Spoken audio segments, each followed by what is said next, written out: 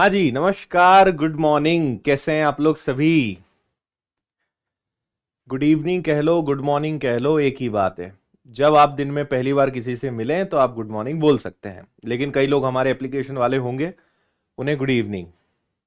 राधे राधे, जय श्री राम, जय श्री महाकाल, भारत माता की जय, सभी देवी देवताओं की जय, सभी के माता पिता की जय, है ना। चलो भाई, सनी, भगत, गायत्री, रचना, सूरज, रोशनी, मनप्रीत, स्टडी, शेर सिंह, विशाखा, विमलेश, संजना, राम भक्त, हनुमान। चलो, सब एकदम बढ़िया, जुनून वर्दी। सभी का स्वागत।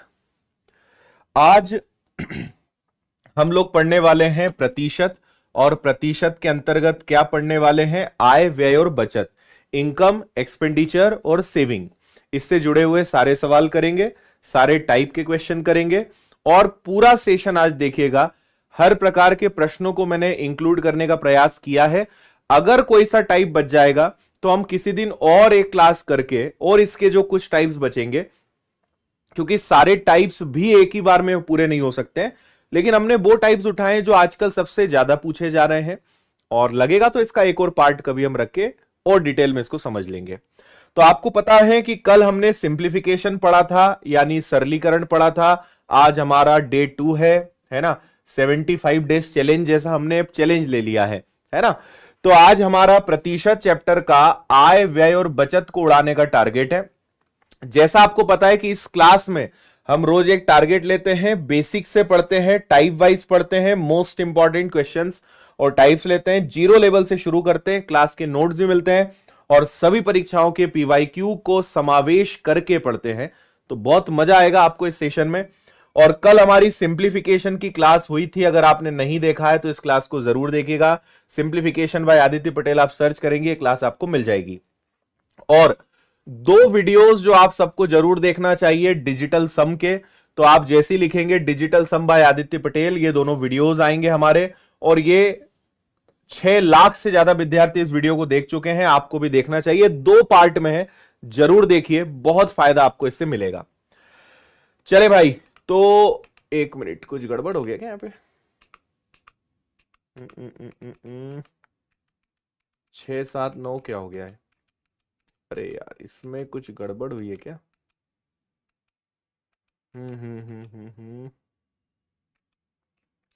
एक मिनट, शायद पीपीटी में प्रश्न आगे पीछे हो गए हैं। आप इस सवाल को करें, मैं 1 मिनट में इसकी पीपीटी को चेंज कर रहा हूं। आप इस सवाल को करिए, मैं चेंज कर रहा हूं।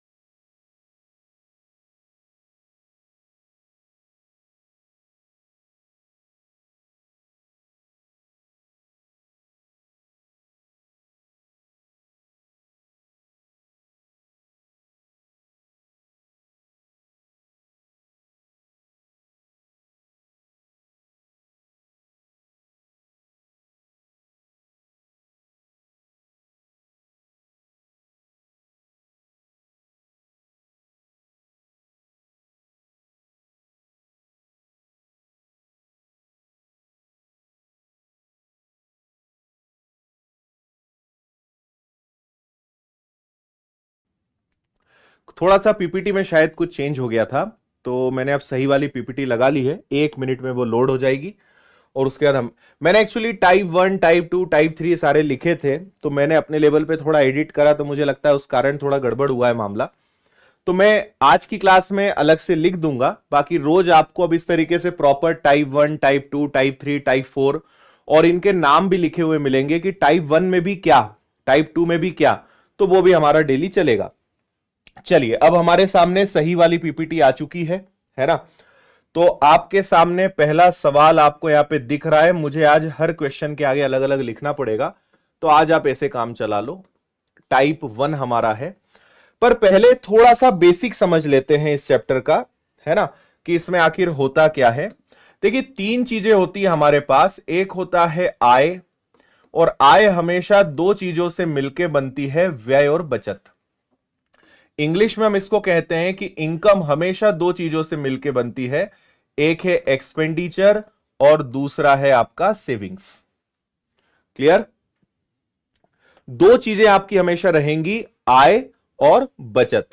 और एक चीज आप हमेशा और यहां पे याद रखें कि जो व्यय होता है, एक्सपेंडिचर होता है, यह हमेशा आप मान लीजिए कि 100% है। कभी हमें इनकम को भी 100% मानना पड़ेगा। चलो अभी हम ऐसा मानते हैं कि मान लो ये 100% है। एक व्यक्ति अपनी इनकम का 80% खर्चा कर रहा है, तो इसका मतलब वो बचा कितना रहा होगा, वो सेव कितना कर रहा होगा, तो 20% सेव कर रहा होगा। ठीक है, इनकम एक्सपेंडिचर तीनों का मतलब समझ में आया। आय का हमेशा मतलब है व्यय और बचत। कोई व्यक्ति 8,000 रुपए महीने का खर्च कर देता है और 5,000 रुपए बचा भी लेता है, मतलब वो व्यक्ति कितना कमाता होगा, वो 13,000 कमाता होगा। सो एक्सपेंडिचर और सेविंग जुड़ के क्या बनते हैं, इनकम यानी आय। अभी बस इतना याद रखें, फिर जैसे जैसे हम टाइप्स में आगे बढ़ेंगे मैं आपको उससे जुड़ी हुई जो चीजें होंगी वो बता दूंगा, है ना। चलिए, पहला एक बहुत ही आसान सवाल हमारे सामने है कि रीता और गीता, रीता की इनकम 1600 है और गीता की इनकम 2400 है। तो गीता की आय रीता से कितने प्रतिशत अधिक है? जीडी का एक बहुत अच्छा आया हुआ सवाल है। आपके 2 जीरो से 2 जीरो गए, 8 का दुगना 16, 8 का 3 गुना 24। अब इतना करने के बाद ना कई लोग इसी में कंफ्यूज रहते हैं, किसको ऊपर रखना है किसको नीचे रखना है, बड़ा कंफ्यूजन है। तो सुनिएगा, गीता की आय रीता से कितनी ज्यादा है। हमेशा अगर आप कंफ्यूज होते हो तो याद रखना, जिसके साथ से लगा होता है वो नीचे जाता है, इससे तुलना करनी होती है। रीता से तुलना करना है, रीता को हम नीचे रखेंगे। तो पहले तो बताओ कि गीता की इनकम कितनी ज्यादा है भाई? 1 ज्यादा है। 2 से 3 है, 1 ज्यादा है। किससे? रीता से। तो रीता को आप नीचे रखोगे और मल्टीप्लाई 100 का करोगे, आंसर आ जाएगा कितना परसेंट अधिक है? 50%। बहुत ही चुन्नू मुन्नू लेवल का सवाल है, मुझे लगता है सबका आंसर आया होगा। देखो, हम शुरुआत बहुत आसान लेवल से कर रहे हैं, थोड़ा सा 4-6 सवालों से वार्म अप हो जाएगा ना। जैसे जब भी आप एक्सरसाइज करते हो, रनिंग करते हो, कोई भी जिम जाते हो, तो पहले बोला जाता है वार्म अप करना चाहिए, शरीर को गर्म करना चाहिए, फिर अचानक डायरेक्ट नहीं कूद पड़ना चाहिए, है ना। तो हम 4-5 सवालों से डेली थोड़ा सा वार्म अप करेंगे, है ना। उसके बाद फिर आपको जो है सीधा फिर एक्सरसाइज दमदार करवाएंगे हम आपकी, है ना। क्लियर है भाई? गीता की इनकम रीता से 1 ज्यादा है, रीता से यानी रीता से तुलना करना है, और परसेंटेज यानी मल्टीप्लाई बाय 100। अगला सवाल है, रवि का वेतन मोहन के वेतन से 20% ज्यादा है। मोहन का वेतन 1600 है, तो रवि का वेतन कितना है? बहुत ही आसान बात है, मोहन का वेतन कितना है? 1600 है। हम जानते हैं कि हर चीज अपने आप में 100% होती है। अगर रवि का वेतन मोहन से 20% ज्यादा है, यानी इससे 20% ज्यादा, तो कितना होगा भैया? 120% होगा। मोहन से 20% ज्यादा है, तो पहला तरीका है कि 1600 का 20% यानी 320 रुपए ज्यादा, 320 रुपए जोड़ दो, या फिर आप डायरेक्ट इसका 120% निकाल दो। कुछ भी करोगे आंसर सेम आएगा। 1600 का 20% यानी 16 दूनी 32, तो कितना आ जाएगा? रवि का वेतन आएगा 1920। या डायरेक्ट अगर 120% निकालोगे तो इसको भी अगर आपने सॉल्व करा तो 120 में 100 का भाग दे देंगे, इससे भी आपका आंसर कितना आएगा? 1920, 1920। उम्मीद है आपको बात समझ में आ रही होगी। क्लियर? चलिए अगले सवाल पर चलते हैं। श्रीमती दीपा देवी अपने वेतन का 30% बचाती है और वेतन के रूप में 42,000 मिलता है, तो उनका व्यय कितना है? बहुत ही ज्यादा आसान सवाल, जल्दी बता दो भाई।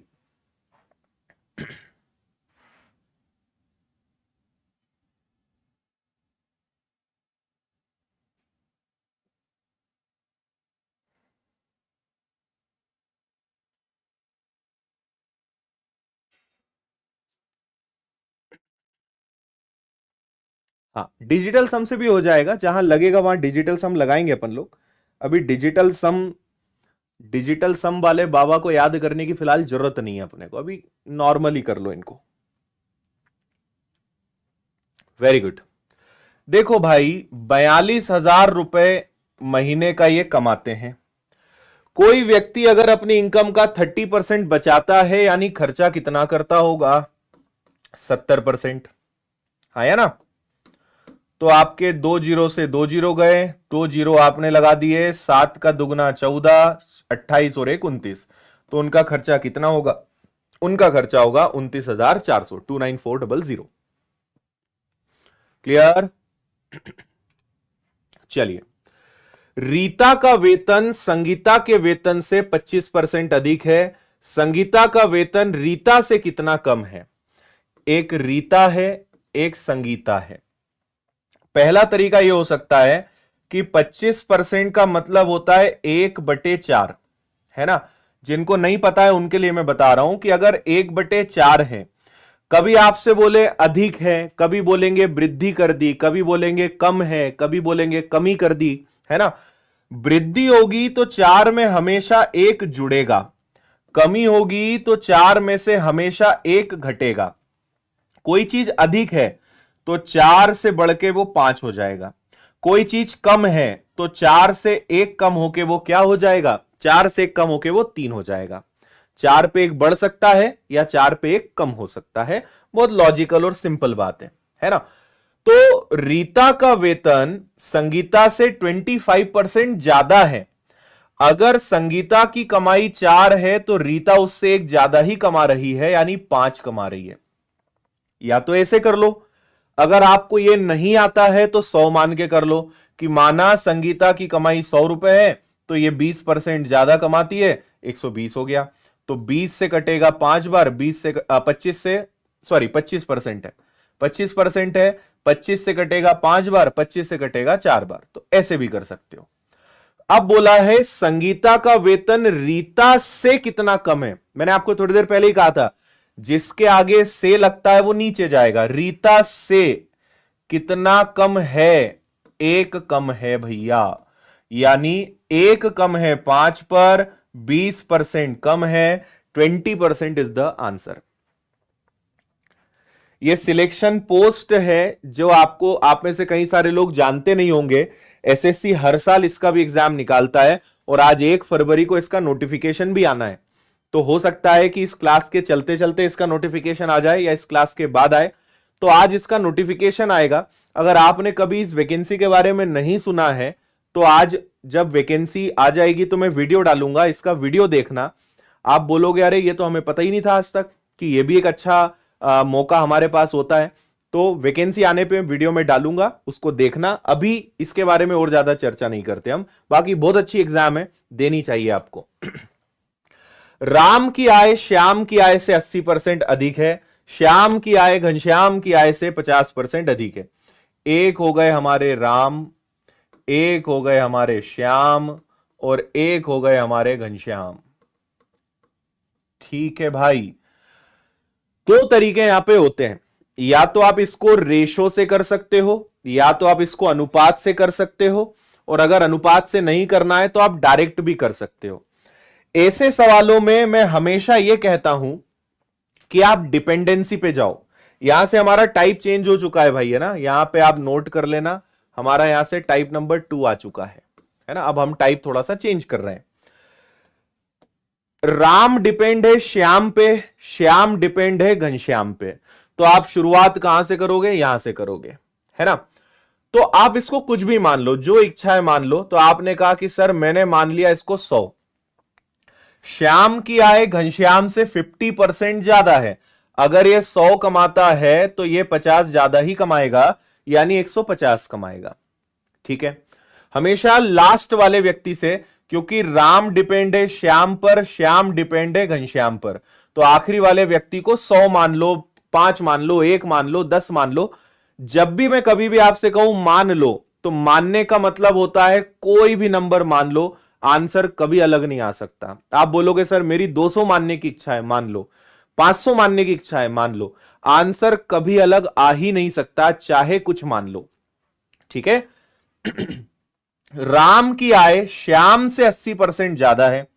भैया इससे 80% ज्यादा है, तो या तो 80% निकाल के जोड़ो या डायरेक्ट 180% निकाल दो, एक ही बात है ना। तो 15 8 120, 15 12, यानी यह आएगा 270। चेक करो सही है क्या। 180 का मतलब हुआ 180/100। फिर इसको मैंने सॉल्व किया, 50 से 3 बार, 50 से 2 बार, 2 से 90 बार, 9 तिया 27। समझ में आ गया। श्याम घनश्याम से 50% ज्यादा और राम श्याम से 80% ज्यादा। तो 80% ज्यादा यानी या तो 80% निकाल कर जोड़ दो या 180% निकाल दो, तो डायरेक्ट आ जाएगा। दोनों का मतलब एक ही है। क्या आपको इतनी बात समझ में आई। अब पूछा क्या है भाई, आपसे पूछा है राम की आय घनश्याम से कितनी ज्यादा है। किससे, किसके साथ से लगा है, घनश्याम से, तो घनश्याम की इनकम को नीचे रखना पड़ेगा। राम की इनकम घनश्याम से कितनी अधिक है। आपको एक और यूनिवर्सल रूल बता देता हूं पूरे मैथ्स का, कभी भी अधिक शब्द आए या कभी भी कम शब्द आए, इसका हमेशा मतलब होता है कि जिन लोगों की बात चल रही है भैया उसमें डिफरेंस ले लेना, उनमें अंतर ले लेना। अधिक है, कम है, ऐसे ही चुनाव वाले में बोलते हैं हार या जीत, हार या जीत मतलब अंतर, कम या अधिक मतलब अंतर, है ना। ये हमेशा ध्यान रखिए। तो अधिक बोला है, अंतर ले लो, कितने का अंतर है, 170% का, 170 का। तो 170 का अंतर है, घनश्याम से तुलना करनी है, आंसर परसेंटेज में देना है, तो 100 से 100 जाएगा। 170% का अंतर है दोनों में, ये आपका आंसर हो जाएगा। क्लियर है। देखो भाई हम बातचीत बिल्कुल नहीं करेंगे, आप भी सिर्फ पढ़ने पे ध्यान लगाओ, इधर उधर की बातें बिल्कुल मत करो। बहुत समय आपका कीमती है, मेरा भी कीमती है। हम जितना अपने काम को ईमानदारी से करेंगे उतना आगे बढ़ेंगे। मैं बहुत ईमानदारी से पढ़ाता हूं, आप बहुत ईमानदारी से पढ़िए और देखिए रिजल्ट शानदार आएगा। गप्पेबाजी नहीं करेंगे अपन, है ना। पढ़ो आप बस, बताओ। और हम जितनी कम बात करेंगे उतने ज्यादा सवाल होंगे, है ना। इसलिए समय को महत्व दो, समय की कीमत को समझो। सिलेक्शन लेने के बाद आप आना, अपन दिन भर बैठ के एक दिन गप्पे मारेंगे, उस दिन कोई पढ़ाई नहीं, पर अभी पढ़ो आप। चलें आगे, अगला देखिए।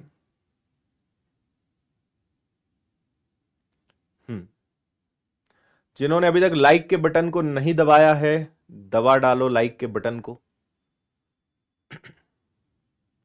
270 कैसे आया, मैंने आपको करके बताया था कि श्याम से 80% ज्यादा, 80% ज्यादा यानी 180% निकाल दो, या तो 80% निकाल के 150 में जोड़ो या 180% निकालो। तो 150 से 80% अधिक यानी 180%, इसको हल करोगे तो 270 आएगा।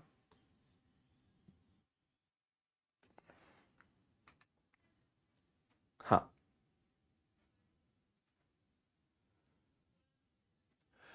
पहले महीने में मोहन की आय में 30% की वृद्धि हुई, दूसरे महीने में उसकी आय में 30% की कमी हो गई, 2 महीने बाद आय में कितने प्रतिशत की कमी हुई। थोड़ा सा इस सवाल को मैं खींचूंगा, इसमें दम कुछ नहीं है।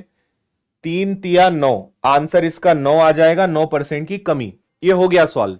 पर मैं ये मानकर चल रहा हूं कि आप में से कई लोग को पता नहीं कि ऐसे सवाल कैसे करते हैं, तो मैं थोड़ा सा बेसिक बता देता हूं। 30% का मतलब होता है 30/100 यानी 3/10। और जैसा मैंने आपको थोड़ी देर पहले कहा कि अगर वृद्धि हुई है तो 10 में 3 जुड़ेगा, कमी हुई है तो 10 में से 3 घटेगा। एक बार वृद्धि हुई है और एक बार घटा है, यानी एक बार 10 पे 3 जुड़कर 10 से हो गया 13। एक बार 10 में से 3 गया तो 10 में से 3 गया तो कितना बचा भाई, 7। मैं आपको अभी शॉर्टकट भी बता रहा हूं, पर पहले लॉन्ग कट सीखो, पहले बेसिक सीखो फिर शॉर्टकट पे चलेंगे। तो इनका हम गुणा करते हैं। 10 पर 3 की वृद्धि 10 से 13। आपकी संख्या 10 थी जो अब क्या हो गई है 13। पर अगली बार आपने कमी कर दी, 10 में से 3 गया, 10 में से 3 गया 7। तो आपकी संख्या अगर पहले 100 थी तो आपकी संख्या अब 91 हो गई है। 100 से 91 होने का मतलब है 9 की कमी आ गई। 9 घट गया, 100 से 91 यानी 9 की कमी किस पे हुई? 100 पर, मल्टीप्लाई बाय 100। तो आप कहोगे कि सर उस संख्या में 9% की क्या आ गई? कमी आ गई। 9% की कमी आ गई। चाहे कोई भी परसेंटेज दिया हो, आप इस तरीके से प्रश्न को हल कर सकते हो। पर आप बोलोगे सर आपने कैसे किया, 3 तिया 9 कर दिया और आप हमें इतना लंबा तरीका बता रहे हो, वही शॉर्टकट बताओ। तो मैं आपको अब शॉर्टकट बता देता हूं। इस शॉर्टकट की 2 शर्तें हैं। यह हमेशा नहीं लगेगा। यह कब लगेगा? पहला, कि जब परसेंटेज सेम दिए हो, दोनों प्रतिशत समान दिए हो, और अगर एक बार वृद्धि हो रही है और एक बार कमी हो रही है। पहले वृद्धि बाद में कमी, पहले कमी बाद में वृद्धि, कोई फर्क नहीं पड़ेगा। ट्रिक तभी लगेगी जब एक बार वृद्धि और एक बार कमी हो और परसेंटेज सेम हो। तो इसकी ट्रिक होती है संख्या का स्क्वायर करके 100 का भाग दे दो, और याद रखना आंसर हमेशा कमी में आता है, आंसर हमेशा डिक्रीज में आता है। तो आप देखिए दोनों जगह 30-30% है, एक बार बढ़ रहा है एक बार कम हो रहा है। तो हम कहेंगे कि सर संख्या का स्क्वायर करके 100 का भाग दे दें क्या? तो 30 का वर्ग बटे में 100, तो ये कैंसिल हो गया, तो ये 9 आ गया। और ऐसे क्वेश्चंस का आंसर हमेशा कमी में आता है, इसलिए मैंने कहा 3 तिया 9। आंसर हमेशा कमी में आएगा, ये बात आप ध्यान रखिएगा, है ना। ये ट्रिक आप हमेशा लगाएं, पर शर्तें याद रखें, दोनों परसेंटेज सेम होना चाहिए, एक बड़े एक कम हो। पहले कम बाद में बड़े, पहले बड़े बाद में कम हो, फर्क नहीं पड़ता, ट्रिक काम करेगी। बशर्ते कि दोनों कैसे होने चाहिए? सेम। और अगर सेम नहीं है तो लॉन्ग मेथड से, नॉर्मल मेथड से आपको करना है, उसमें कोई अंतर नहीं है। क्लियर? 30 का वर्ग बटे 100 यानी 9% की कमी हो जाएगी। यह आपके प्रश्न का आंसर है। बेसिक और शॉर्टकट दोनों से मैंने आपको बताया। अगला सवाल देखते हैं। किसी कर्मचारी का वेतन पहले 15% बढ़ा फिर 25% घटा, क्या कमी हुई? है ना भाई। अब यहां पर भी हम चलो पहले लॉन्ग मेथड समझते हैं। 15% का मतलब क्या होता है? 15% का मतलब होता है 15/100। 5 से कटेगा 3 बार, 5 से कटेगा 20 बार। और 25% का मतलब क्या होता है? 25% का मतलब होता है 1/4। ठीक है, पहले नॉर्मल मेथड में आपको बता देता हूं, फिर शॉर्टकट बताऊंगा। पहले नॉर्मल सुन लो। आपने पहले 15% बढ़ाया। 15 बढ़ाया मतलब भैया आपकी संख्या 20 थी, आपने उसको 23 कर दी। 20 से संख्या 23 कर दी। फिर 25% घटाया, 25% डिक्रीज किया, तो 4 में से 1 गया, आपकी संख्या 4 से कहां आ गई? 3 पर आ गई। इसको बढ़ाया तो जुड़ेगा, इसको घटाया तो घटेगा। क्या बात क्लियर है ना। 20 पर 3 की वृद्धि और 4 पर 1 की कमी, 20 से 23, 4 से 3 हो गया। अब मुझे बताइए कि आपकी संख्या पहले क्या थी? 80। 20 इंटू 4, और 23 का 3 गुना क्या हो गया? 69। आपकी संख्या 80 हुआ करती थी जो 69 हो गई। 80 से 69 होने का मतलब है 11 की गिरावट, 11 कम हो गया। 11 की कमी हुई है किस पर? 80 पर, मल्टीप्लाई बाय 100। 11 कम हुआ है, और हम हमेशा किसी भी चीज की तुलना करते हैं कि भैया पहले क्या था। पहले आपके पास 80 रुपए थे, अब 69 ही बचे, तो 11 रुपए कम हो गए ना। किस पर कम हुए? 80 पर। 80 नीचे रखेंगे, 100 का गुणा करेंगे और सॉल्व करेंगे। तो 20 से कैंसिल होगा 4 बार, 20 से कैंसिल होगा 5 बार, 11 इंटू 5 55, उसमें 4 का भाग देना है। 13 इंटू 4 52 और 75, 13.75% की कमी, यह आपके प्रश्न का आंसर माना जाएगा। कौनो दिक्कत परेशानी?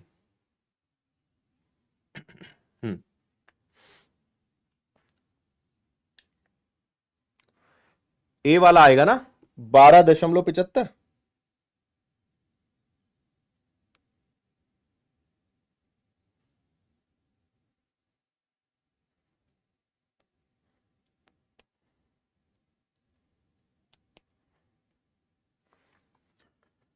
क्लियर है? इसके लिए एक फॉर्मूला भी होता है जो मैं आपको बताता हूं। इनके लिए एक फॉर्मूला भी जनरली हम यूज करते हैं। भाई ये तो बेसिक है, ये इंटरनेशनल मेथड है, हर जगह लगेगी। पर एक फॉर्मूला भी होता है जो आपको किताबों में मिलेगा कि x minus Y, X into Y और बटे में 100। और आप में से कई लोगों को यह खूब पसंद आएगा, पर मैं आपको बता दूं कि यह तभी लगेगा जब 15, 25, 10, 20 होंगे। अगर गलती से 15% को उन्होंने 16 से ही 2/3% कर दिया तो तुम्हारा फॉर्मूला फेल हो जाएगा। यह तरीका कभी फेल नहीं होगा। ये बिन मौसम वाला काम है ना, बिन मौसम बारिश है कि कभी लगेगा कभी नहीं लगेगा। यह इंटरनेशनल तरीका है, यूनिवर्सल है, हर जगह लगेगा। पर यह फेल हो जाता है कभी कभी, इसलिए मैं फॉर्मूले से नहीं बताता हूं। आप यहां लगा लो क्योंकि नॉर्मल सवाल है। 15 आ गया, 25 आ गया, और यहां पे आप 15 और 25 का गुणा कर दो और नीचे 100 कर दो। 15 में से 25 गया, 10 आ गया। 15 और 25 का गुणा किया, 375 बटे 100, 375, ये जुड़ गए तो 13.75% की कमी। ये आंसर आ गया। इससे कर सकते हो, पर जैसा मैंने कहा नॉर्मल परसेंटेज तो ठीक है, दशमलव या भिन्न में चली गई बात तो फिर दिक्कत हो जाएगी। ठीक है। हमारे एक अजय शर्मा जी हैं, ये काफी देर से कह रहे हैं चौथे सवाल में कुछ गलती है। भाई एक बार चेक कर लेते हैं क्या गलती है। रीता का वेतन संगीता से 25% ज्यादा है। 25% का मतलब 1/4, 4 से 1 ज्यादा 5। संगीता का वेतन रीता से कितना कम है? संगीता का वेतन रीता से 1 कम है। रीता से यानी रीता को नीचे रखेंगे तो आंसर बिल्कुल ठीक है भाई, कोई दिक्कत वाली बात नहीं है। इस सवाल में किसी देवी और सज्जन को कोई तकलीफ हो तो बताओ। 23 कहां से आया? 20 पर 3 की वृद्धि। 20 वृद्धि है तो 20 में 3 जुड़ेगा, कमी है तो 20 में से 3 घटेगा। चलें आगे।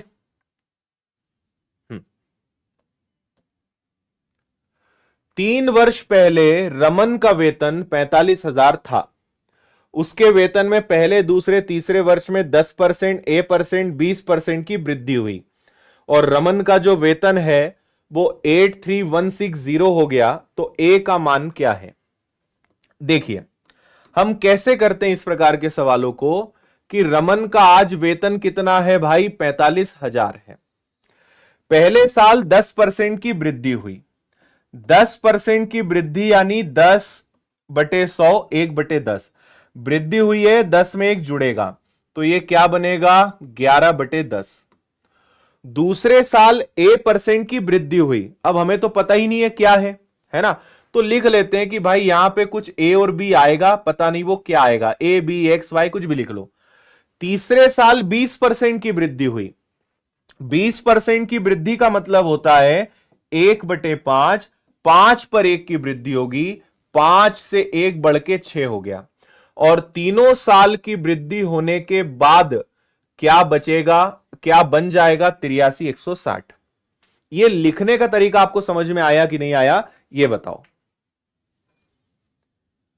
हां, एक बार फिर से मैं समझा रहा हूं। आज उसका वेतन 45,000 है और उसका वेतन 3 साल बढ़ रहा है। पहले साल 10% की वृद्धि हुई तो 10% का मतलब होता है 10/100 और 10/100 का मतलब होता है 1/10, 10 पर 1 जोड़ के 11। दूसरे साल का पता ही नहीं, दूसरे साल का ही पूछा है कि बताओ दूसरे साल कितनी वृद्धि हुई, तो मैंने उसको लिख दिया ए बी, जो भी आएगा ए और B, X Y P Q कुछ भी आएगा। तीसरे साल 20% की वृद्धि हुई तो 20% का मतलब 5 पर 1 की वृद्धि हो गई तो 5 से हो गया 6 और तीनों के बाद कितना हो गया? 83,160। ठीक है। अब मैं आपसे यहां पे कहता हूं कि या तो इसको सॉल्व कर लो तो ए और बी का मान पता चल जाएगा, और नहीं तो आप क्या कर सकते हो, इसको रेशो में भी ले सकते हो, अनुपात में भी ले सकते हो, है ना। तो आप आराम से समझें, मैं आपको बता रहा हूं। देखो क्या होगा, आपके 1 0 से पहले तो 1 0 गया, 6 3 9 8 और 1 9, ये 9 से आराम से कट जाएगा, है ना। तो मैंने पहले इसको उड़ाया 5 से, 0 से 0 गया, 5 × 9 45 यानी 90। ठीक है। और इसके बाद अब 9 से उड़ाते हैं तो 9 से ये कैंसिल हो गया 10 बार, और 9 से ये कैंसिल हुआ तो 9 × 9 81, 81। बचेगा आपके पास 2 और 1 9 दूनी 18 और 9 इंटू 4 36, यानी हमारे पास कितना आ गया 924। अब 11 से काट के देख लेते हैं। 11 से मैंने इसको उड़ाया तो 11 इंटू 8 88 और 11 इंटू 4 84। और अभी ये 6 से भी कटेगा, जगह नहीं है इसलिए मैं नीचे लिख रहा हूं। 6 से कटेगा तो 6 एकम और 6 इंटू 4 24। तो आपके पास यहां पे ए और बी को अब आप छोड़ सकते हो। आपके पास उधर बचा है 10 और इधर बचा है 14। ये 2 से कटेगा 5 बार, 2 से कटेगा 7 बार, यानी जो मिसिंग है, जो आपको निकालना है वो क्या है, वो है 5:7। यानी जो दूसरे वर्ष वृद्धि हुई है वो 5 से 7 हुई है। 5 से 7 होने का मतलब है 2 की वृद्धि हुई है। किस पर? 5 पर, मल्टीप्लाई बाय 100। 2 की वृद्धि 5 पर मल्टीप्लाई बाय 100। 5 से कैंसिल हुआ 20 बार और 20 दूनी 40। 40% की वृद्धि हुई है। यह बिल्कुल मस्त और करेक्ट आंसर है। कोई तकलीफ?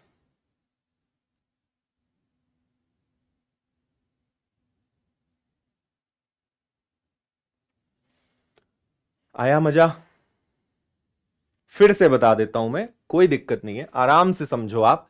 हमने क्या किया भाई, उसकी सैलरी 45,000 थी। 3 बार वृद्धि हुई, पहले साल 10%, दूसरे साल A%, तीसरे साल 20%। 10% बढ़ने का मतलब है 10 से 11। फिर अगले साल ए है, चाहो तो पूरे को ए लिख लो, चाहो तो उसको ए और बी लिख लो, कोई तकलीफ नहीं है। और तीसरे साल 20% की वृद्धि हुई, यानी 1/5, 5 से बढ़ के 6। और तीनों बार वृद्धि होने के बाद टोटल क्या बन गया? 83,160। जब हमने काटा पीटी करी तो हमें पता चला कि वो इधर 10 बचा, उधर 14। आपको अभी मैंने करके बताया, उसको देखेंगे। तो पहले अगर वो 5 था तो 7 हो गया, 2 की वृद्धि 5 पर, 2 बढ़ गया ना। और मैं आपसे फिर बोल रहा हूं कि पहले कितना था वो नीचे आएगा। 5 पे वृद्धि हुई, मल्टीप्लाई बाय 100, यानी 20%, 20 का दुगना 40% की वृद्धि हुई है। 40% इज योर आंसर। ठीक है, चलिए अगला। यहां से आपका फिर से टाइप चेंज हुआ है। टाइप नंबर 3 पर हम आ चुके हैं। ठीक है, पढ़िए सवाल को। जब अपनी मासिक आय का 50% किराने और बिलों पर, 20% कपड़े खरीदने पर, 5% दवाओं पर खर्च किया, उसके पास 12,500 बचे, तो जय की मासिक आय क्या है? भाई हम जानते हैं कि हर चीज अपने आप में 100% होती है। 50%, 20% और 5% खर्चा कर दिया। 50, 70 और 5 75। 75% अगर खर्चा कर दिया तो अब बचा कितना है? 25%। और वास्तव में कितना बचा है? 12,500। सही है क्या? 75% खर्चा कर दिया तो आपके पास कितना बचा? 25% बचा। जबकि रियल में कितना बचा है? 12,500। तो इसको कैसे हल करते हैं कि 12,500 अगर 25% है तो सर 100% कितना? 100% कितना? तो 25 से कैंसिल हुआ 4 बार, 12 चौक 48 और 20, यानी 50,000 उस व्यक्ति की इनकम है। इसमें भी 2 प्रकार के क्वेश्चन होते हैं। ये नॉर्मल है कि आपने बस टोटल करा। अभी इसका मैं एक शेष वाला पैटर्न बताऊंगा, उसमें मजा आएगा। अगर शेष शब्द आ जाता ना, रिमेनिंग शब्द आ जाता, तो ये इतना आसान नहीं बचता। वो भी अभी आएगा आगे, है ना। तो हर चीज 100% होती है। 50, 20 और 5, 75% खर्चा कर दिया, 25% बचा, जो 12,500 के बराबर है। 12,500 अगर 25% है तो 100% कितना? आपका आंसर आ जाएगा 50,000, 50,000। क्लियर? आगे चलें, जल्दी से एक और सवाल करके बताओ। उत्तर प्रदेश सब इंस्पेक्टर का बढ़िया सवाल है, और इसमें कई लोग आखिरी में जाके ये 80% आपकी जान ले लेगा। यहां जाके आप पिघल जाओगे, यहां जाके आप बोलोगे अरे यहां क्या करना है। हम्म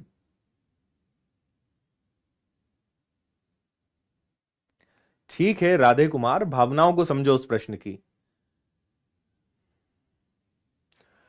जाफर अपनी बचत का 17% वृद्धाश्रम, 18% अनाथ आश्रम, 19% चिकित्सीय मदद के लिए दान करता है। बचत में से शेष राशि 13,800 का बैंक में जमा करता है। जाफर के वेतन का 80% बचत राशि है, तो उसका वेतन ज्ञात कीजिए। अब आप क्या करोगे मैं बताता हूं।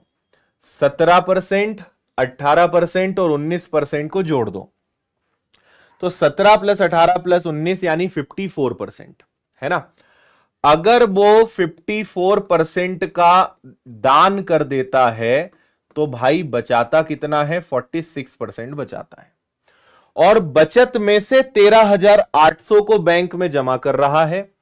अब सुनना मेरी बात, उसकी जितनी भी कमाई है उसका 46% बचाता है, और जितना बचाता है उसका 80% जो है, या इसको मैं उल्टा कहूं, आप एक काम करो, 80% को बाद में समझते हैं, नहीं तो आप डबल कंफ्यूज होंगे। आप तो कुछ मत करो, 13,800 बैंक में जमा कर रहा है जबकि उसके पास बचा कितना है, 46%। तो आप कहोगे सर 100% कितना, लेकिन उसने क्या करा है, जो बचाया है उसका 80% पर ही खेल खेला है। यानी इससे जो भी आएगा वो अपने आप में 80% होगा, तो 100% कितना। आप ऐसे समझिए कि जितना भी पैसा था उसका 80% उसने बचाया, और जितना बचाया उसमें से 54% गया, तो उसका 46% उसने जो है बचाया, और आखिरी में उसके पास बचा कितना, 13,800। अगर आप समझ पा रहे हैं तो यहां पे खेल एक्चुअल में ये चल रहा है कि जो बचाया वो 80% उसका वो कंट्रीब्यूशन करता है, उस 80% का वो यूज करता है। क्लियर है। जितना है पहले तो उसका 80% निकाला, उस 80% में से दान किया, और अब बचा जो बैंक में जमा किया, तो इसीलिए 80 भी नीचे जाएगा, 46 भी नीचे जाएगा। और अब आप इसको बिंदास सॉल्व कर सकते हो। ठीक है, तो आप क्या करोगे भाई, 20 से कैंसिल कर दिया 4 बार, 20 से कैंसिल कर दिया 5 बार, है ना। और क्या कर सकते हो, अब यहां पर मेरे दिमाग में आ रहा है कि यहां पे डिजिटल सम लगा लें क्या। आप क्या बोलते हो, मेरी इच्छा हो रही है कि यहां पे डिजिटल सम लगा लिया जाए, है ना। अब डिजिटल सम पड़ा है तो आपको मजा आ जाएगा, यहां पे डिजिटल सम लगा लेते हैं। देखो भाई, 8 और 1 9 गया तो बचा 3, यहां क्या है 5, उसको देखने की जरूरत ही नहीं है। 6 और 4 10, 10 मतलब 1, और यहां क्या है 4, 4 आने पे 7 का गुणा और 7 का भाग, तो ये गया। 5 तिया 15, 15, या आप कैसे भी कर लो, 5 तिया 15, 15 मतलब 6, 6 और 7 हो गया 42, और 42 का मतलब क्या हो गया 6। तो डिजिटल सम क्या आएगा, डिजिटल सम 6 आएगा। और इसलिए मैंने आपको क्लास की शुरुआत में कहा था कि डिजिटल सम पढ़ना ही है, डिजिटल सम आना ही चाहिए आज के जमाने में आपको। और नहीं आता है तो मैं बता चुका हूं क्या करना है, ढूंढो अब। तो 7 और 5 12 और 3 15, 7 3 10 5 15, 15 का मतलब 6, इसके आंसर होने की प्रबल संभावना है। 7 5 12 और 2 14, 14 का मतलब 5, ये आंसर नहीं हो सकता, 2 आंसर नहीं हो सकता। 5 4 9 और 2 11, 11 मतलब 2, आंसर नहीं हो सकता। तो बहुत बहुत बधाई आप सभी को, एक ही ऑप्शन है जिसका योग करने पे 6 आ रहा है। सो आंसर इज 37500, 37,500 बिल्कुल करेक्ट आंसर है। ठीक है, और जिनको डिजिटल सम नहीं आता वो इसको काटा पीटी करो और सॉल्व करो, और जिनको डिजिटल सम आता है वो एकदम तेजी से आपसे आगे निकल जाएंगे। मैंने पहले भी कहा है कि YouTube पे जाइए, सर्च करिए डिजिटल सम बाय आदित्य पटेल, आप नाम लिखेंगे मेरा, 2 धमाकेदार वीडियो आपको मिलेंगे, और उसके बाद आपके लिए कैलकुलेशन एकदम लड्डू हो जाएगा। आया समझ में, 80 और 46 दोनों का भाग हमने क्यों दिया। सवाल नंबर 11,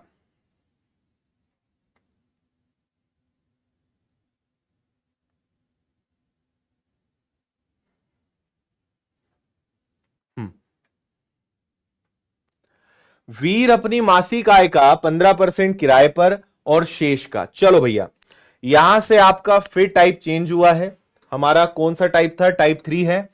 अब आया है टाइप नंबर 4, और अब यहां पे क्या आ गया है पता है, अब आ गया है शेष, जिसको इंग्लिश में कहते हैं रिमेनिंग। अब शेष वाला पैटर्न मैं आपको सिखाऊंगा। सवाल आप पढ़िए।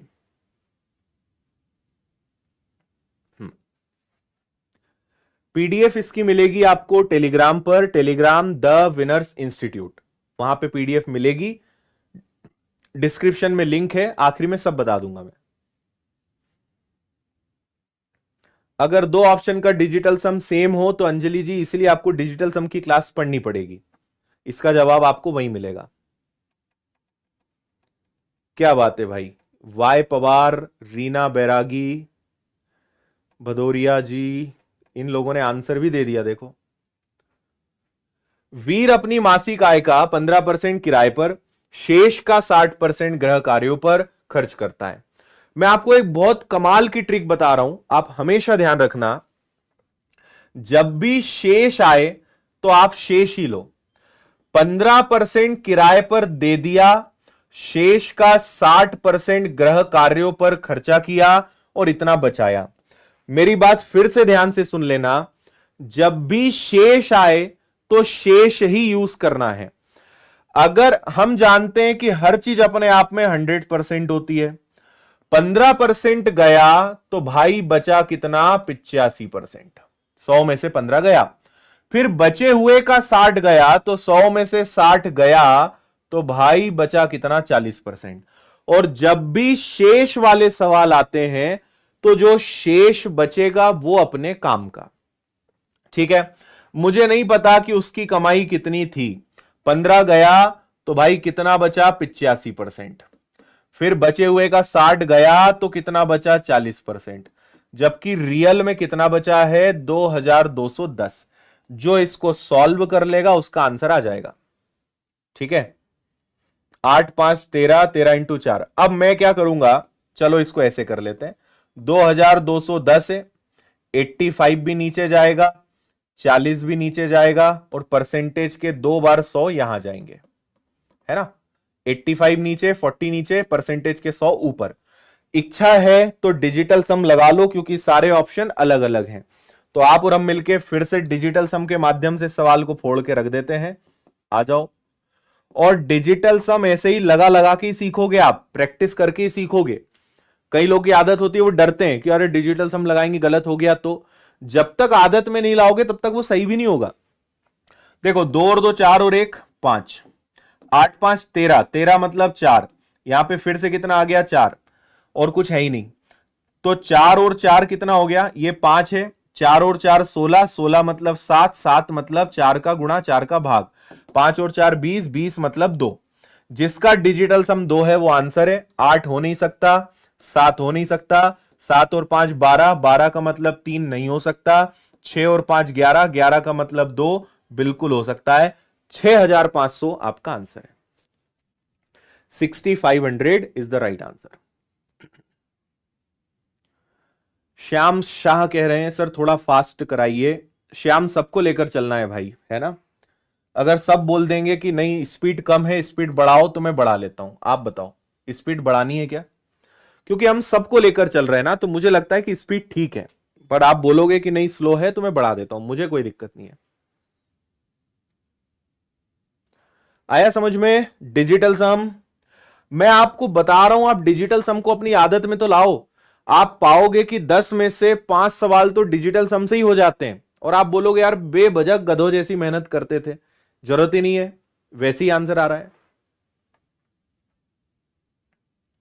ठीक है, चलिए। हरि के वेतन में से घर के किराए के रूप में, है ना, समझ गए, ये शेष वाला था हमारा टाइप नंबर 4।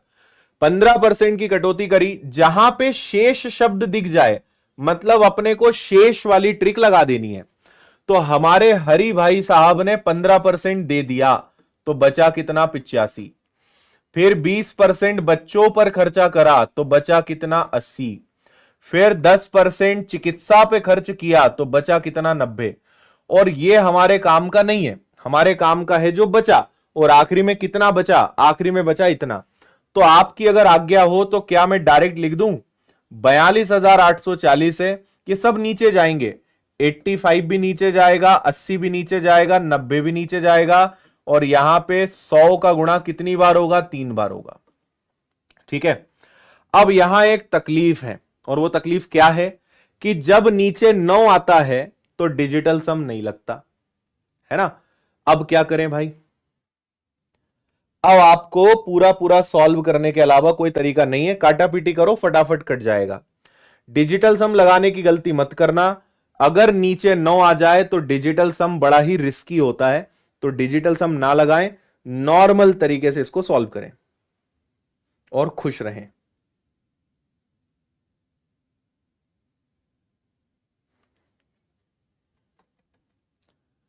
चार का मल्टीप्लाई क्यों किया ललित, मेरे छोटे से भाई, नन्हे मुन्ने भाई, इसीलिए बोल रहा हूं कि डिजिटल सम चैप्टर पढ़ लेना, उसमें सब बताया हुआ है कि ऐसा क्यों वैसा क्यों। हम्म, हो गया। चलो फटाफट काटा पीटी करते हैं। आपके जीरो से पहले तो जीरो कट गया है ना, 9 से कटने की मुझे लग रही है, उम्मीद है कि 8 4 12 और 6, 9 से कट जाएगा, तो 9 इंटू 4 हो गया 36, बचा आपके पास 6 और 8, तो 9 इंटू 7 हो गया 63, है ना, और 9 इंटू 6 54, तो ये कट गया 9 से। फिर इसके बाद 8 से भी कटने की गुंजाइश है क्या, तो 8 से नहीं कटेगा ना, 8 पंजे 40 तो ज्यादा हो जाएगा, 17 से कैंसिल करके देख लेते हैं, है ना, या फिर 4 से भी कैंसिल हो जाएगा, 4 एकम 4, फिर 4 एकम और 4 इंटू 9 36, और 4 से ये कैंसिल हो जाएगा 2 बार। 85 का दुगना होता है 170, तो जीरो से जीरो कट गया, और 17 सते यानी 7 के आगे 4 जीरो, 70,000 आपका आंसर होना चाहिए, 70,000, 70,000 आपका आंसर होगा। बताओ समझ गए, काटा पीटी करना है। और जिसको नहीं समझ में आया, मैंने पिछले सवाल में बताया था कि उसकी इनकम जो भी है, 15 गया 85% बचा, फिर 20 गया 80% बचा, फिर 10 गया 90% बचा, और फाइनली कितना बचा, अंत में बचा 42,840। तो ये तीनों उठ के नीचे ही आएंगे, इसलिए मैंने डायरेक्ट लिख दिया था ताकि समय हमारा बचे। काटा पीटी करना है एंड नथिंग। चलिए भाई, एक व्यक्ति की मासिक आय 80,000 थी, उसका खर्चा 45,000 था, अगले वर्ष उसकी आय 16% बढ़ी, उसका खर्च 8% बढ़ा, बचत। यहां से आपका टाइप चेंज हुआ है और अब टाइप एक अलग मोड़ पे जा चुका है, टाइप नंबर 5, टाइप यहां से परिवर्तित हुआ है। देखें आप सवाल को बड़े ही प्रेम से, अच्छे से पढ़ो, पढ़ना सबसे इंपॉर्टेंट है सवाल को। मजा आ रहा है? चलो यार, इस बात की बहुत खुशी है कि आप में से लोग कम ज्यादा नहीं होते हैं, जितने लोग हैं वो रेगुलर, मतलब मुझे अब ऐसा लगने लगा है कि आप वही लोग हैं जो रेगुलर हैं और सिंसियर हैं, कि सर आने जाने से हमें फर्क नहीं पड़ता है, पूरा सेशन हम तो अटेंड करेंगे और रोज आएंगे। ठीक है, पढ़ लिया। एक व्यक्ति की मासिक आय 80,000 थी, उसका खर्चा 45,000 था, उसकी आय 16% बढ़ी, खर्चा 8% बढ़ा। आपको याद हो तो आज जब मैंने चैप्टर शुरू किया था तो मैंने आपसे कहा था कि आय यानी इनकम का मतलब हमेशा क्या होता है, इनकम हमेशा दो चीजों से मिलकर बनता है, पहला तो व्यय, और व्यय को कहते हैं एक्सपेंडिचर, और दूसरा है बचत, और बचत को कहते हैं सेविंग्स। ठीक है, तो ध्यान से सुनिएगा, एक व्यक्ति की इनकम कितनी है, 80,000 है, उसका खर्चा कितना है, उसका खर्चा 45,000 है, तो बताओ बचत कितनी।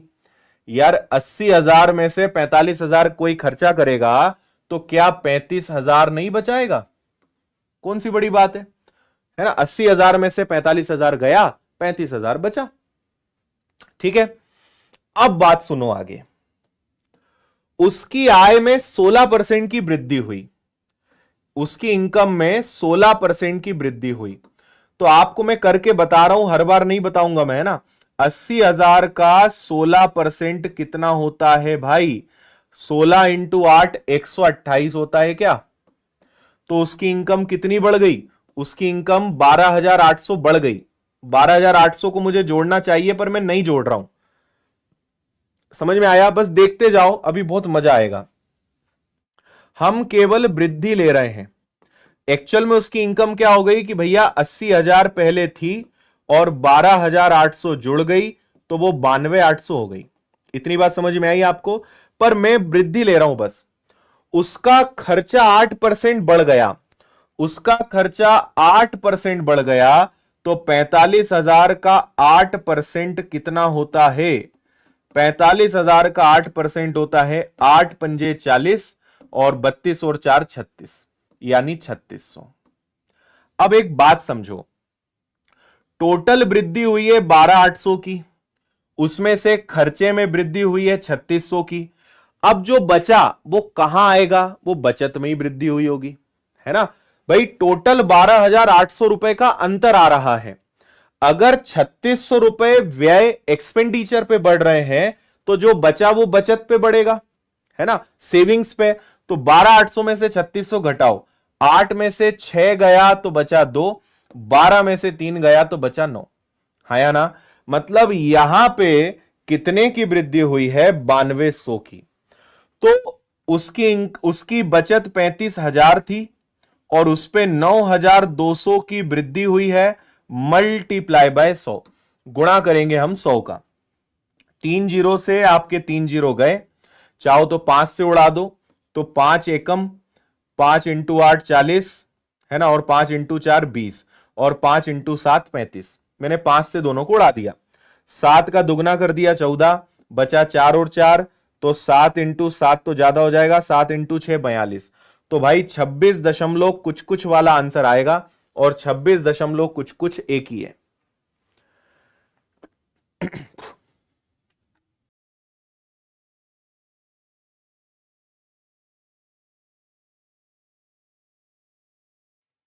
आया समझ में? सबसे बढ़िया तरीका है ये। टोटल वृद्धि हुई है 12,800 की, अगर यहां पे 8% की वृद्धि हुई है, अगर 3600 यहां बढ़ा है, इसका मतलब 9,200 ये बढ़ा होगा। तो पहले जो बचत थी उस पे 9,200 की वृद्धि हुई। 9,200 35,000 का कितना परसेंट है? आंसर आएगा 26 दशमलव समथिंग समथिंग। भाई दशमलव के बाद 2 अंक काफी, आगे करके क्या करना है अपने को? क्लियर है? अभी ये वाले प्रश्नों का लेवल और बढ़ेगा, अभी मजा आने वाला है, ठीक है। चलो अगला देखो, एक महिला का व्यय और बचत का अनुपात 5 और 1 है, ठीक है।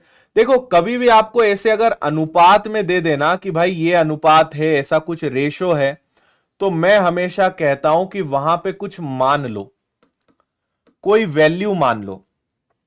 आपको पता है कि आय हमेशा होती है व्यय धन बचत से। ओके भाई, इन्होंने कहा कि व्यय और बचत 5 और 1 है। अगर व्यय 5 है तो बचत 1 है। मैं आपसे क्या बोल रहा हूं, कुछ मान लिया करो। तो व्यय को 500 मान लो, तो बचत को 100 मान लो, तो तत्काल पता चल गया कि उसकी इनकम 600 है। मैं 5 और 1 से भी आंसर ला सकता हूं, पर उसमें थोड़ी सी रिस्क है, उसमें आपका आंसर थोड़ा कैलकुलेशन आपका बढ़ जाएगा।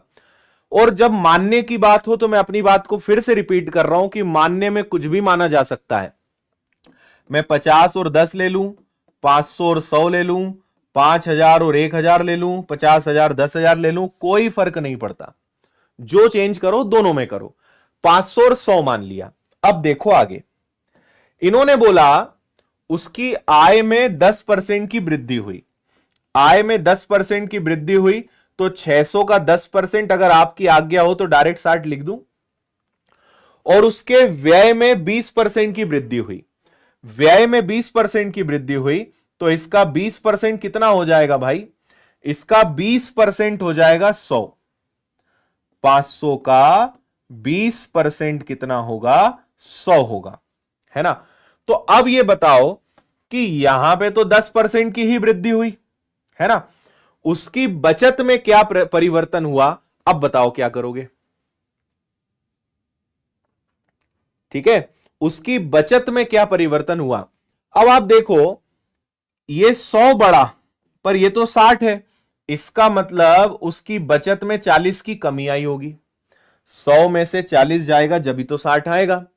तो उसकी बचत 40 कम हुई होगी, किस पर? 100 पर। मल्टीप्लाई बाय 100, यानी उसकी बचत में कितने की कमी आई? 40% की। 40% की। क्या मामला क्लियर है आपको? कोई डाउट है आप बिंदास लिखकर पूछा करो कि सर मुझे ये समझ नहीं आया, मुझे वो समझ नहीं आया, मैं आपको बिल्कुल समझाऊंगा, है ना।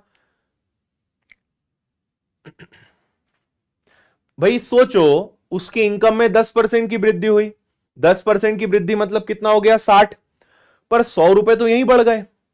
500 का 20% कितना होता है? 500 का 20% 100 होता है। जब 100 बढ़ गया तब भी 60 क्यों आ रहा है? मतलब बचत में कमी हुई होगी।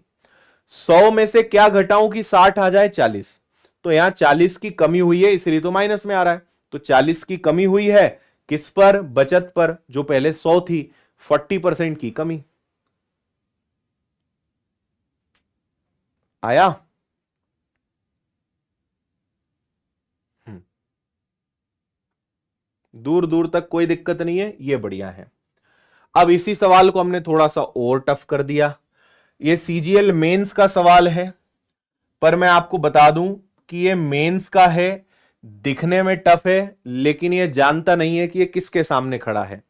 तो हम आप और हम मिलकर इसको आसान बना लेंगे। बस अच्छे से पढ़ लो, सवाल को ढंग से पढ़ लिया करो। हम्म। एक व्यक्ति का मासिक खर्च बचत का 66/3% है। देखो बहुत कमाल की बात कही है, खर्च उसकी बचत का 66/3% है। आपको पता होना चाहिए, नहीं पता है तो मैं बता देता हूं।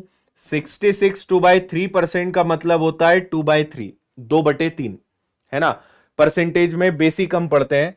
33 सही 1/3 का मतलब 1/3 होता है, और 66 2/3 का यह होता है। तो 66 सही 2/3 को मैं 2/3 लिख सकता हूं। ठीक है। अब एक बात समझो, खर्च बचत का इतना है, तो मुझे क्या पता है? मुझे पता है कि आय का मतलब हमेशा व्यय और बचत होता है। Income is equal to expenditures plus savings. और एक बहुत कमाल की बात बता रहा हूं, यहां पे जाके बहुत लोग कंफ्यूज होते हैं कि खर्च क्या माने, बचत क्या माने। तो सुनो, जो पहले वो ऊपर, जो बाद में वो नीचे। यहां पे बचत को 3 माना जाएगा, पर एक और बात है भैया, अधिक है, 3 से 2 अधिक है, यानी ये 5 है। ठीक है। 66 सही 2/3% अधिक है। अगर बचत 3 होगी तो खर्चा 2 ज्यादा ही होगा, यानी कितना होगा? 5 होगा। और थोड़ी देर पहले ही बताया कि कैलकुलेशन आसान हो इसलिए इनको ऐसा ऐसा मान लो। तो ये कितना हो गया? 800। आपने सबसे बड़ी जंग जीत ली। 90% लोग यहीं जाके उलट पुलट हो जाते हैं, वो यही पहला कदम ही सही नहीं उठा पाते, आगे तो भूल ही जाओ। और अगर आपने ये कर लिया मतलब आपका आगे का आंसर अब आना लगभग तय है। ठीक है, क्लियर है? अब सुनो आगे। मासिक आय में 44% की वृद्धि हुई। इसमें कितने की वृद्धि हुई भैया? 44% की वृद्धि हुई, है ना। और बचत में व्यय में 60% की वृद्धि हुई। चलो ठीक है, 800 का 44% निकालो। 800 का 44% कितना होता है? 8 इंटू 4 32, 32 और 3 हो गया 35, यानी 352। ठीक है, 352 की यहां पे वृद्धि हुई। इधर चलते हैं, खर्च में 60% की वृद्धि हुई। 500 का 60% 300, 500 का 60% कितना होता है? 300। ठीक है, तो उसकी बचत, अब देखो 300 और 352, मतलब यहां पे कितने की वृद्धि हुई होगी? 52 की। और मैंने कहा कि ये सब क्या है, हम वृद्धि ले रहे हैं भाई। टोटल वृद्धि हुई 352 की, उसमें से खर्चा ही 300 रुपए है, मतलब जो बचा 52 रुपए वो बचत बढ़ा है। और इन्होंने स्पष्ट कहा है कि बचत 1040 की होती है। तो बचत में वृद्धि हुई 1040 की, जबकि हमारे हिसाब से हुई 52 की। तो 52 1040 के बराबर है, तो 52 जाएगा नीचे, 52 जाएगा नीचे। प्रारंभिक व्यय बताओ, पुराना खर्चा बताओ। पुराना खर्चा क्या था? 500 था, 500 का गुणा कर दो। ठीक है भाई, 52 का डबल 500 का डबल, आंसर आ जाएगा कितना? 10,000। अब बताओ क्या कठिन था क्या ये? कोई दम वाली बात नहीं थी, मस्त सवाल था।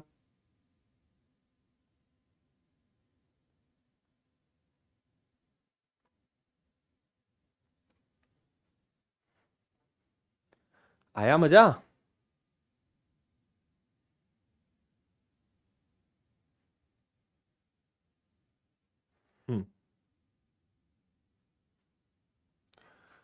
800 पर 44% की वृद्धि हुई।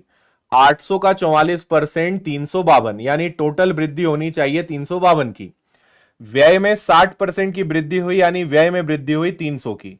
352 में से 300 गया तो बचा कितना? 52, यानी 52। 52 की वृद्धि हुई है, जबकि रियल में 1040 की, तो 500। पुराना खर्चा कितना? 500 कितना? Answer will be 10,000। उम्मीद है आपको खूब आनंद आ रहा होगा। ठीक है, चलो अगले सवाल पर चलते हैं भाई। सेम टाइप का सवाल है, आप इसको पढ़ो, और आपकी आज्ञा हो तो मैं पानी पी लेता हूं, है ना? पढ़ो जल्दी से इसको।